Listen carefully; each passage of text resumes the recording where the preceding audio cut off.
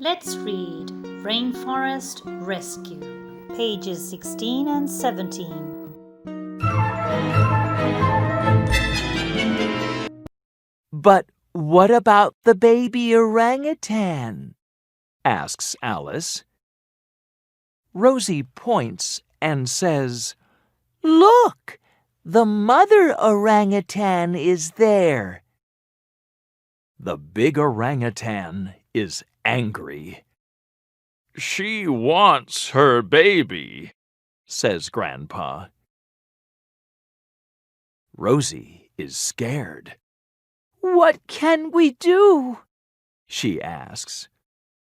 Alice knows.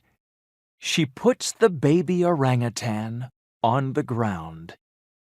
Here, she says to the big orangutan. With her long arms, the mother takes her baby.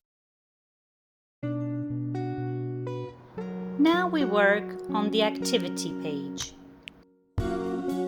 Remember to write your answers on a separate sheet of paper or in your books.